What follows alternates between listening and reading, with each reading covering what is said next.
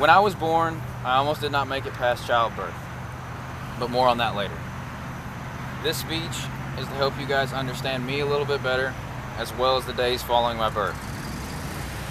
I was born in San Diego, California, May 10th, 1994, to Dan and Kelly Powell.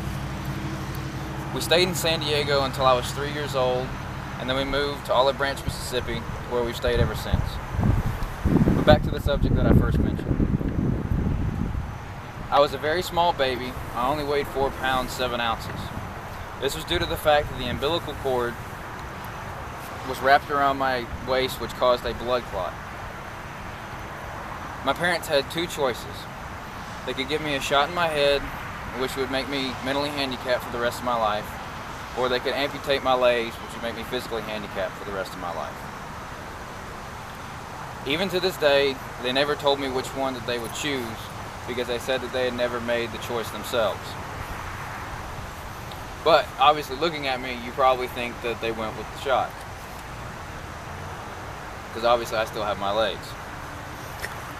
My parents got to go home that night to think about the decision they were going to make the next day, when the doctor called them at 3 a.m. and told them they needed to come up to the hospital. The clot had mysteriously dissolved, even without the shot. If they had given me the shot, they said it would have taken at least 3 months for the clot to dissolve fully.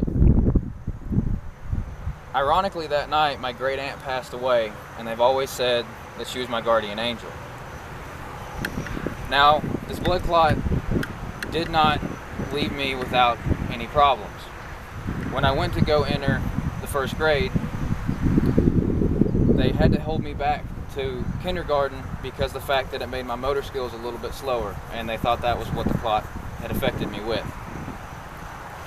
But it's still not as bad as it could have been. Now you know a bit more about me and my difficult birth, as well as the days that followed. And that I'm not supposed to be here in my current state. I'm living proof that nothing is guaranteed, and that is the main thing that I want everybody to take away from this. So live every day like it's your last, because it very well could be.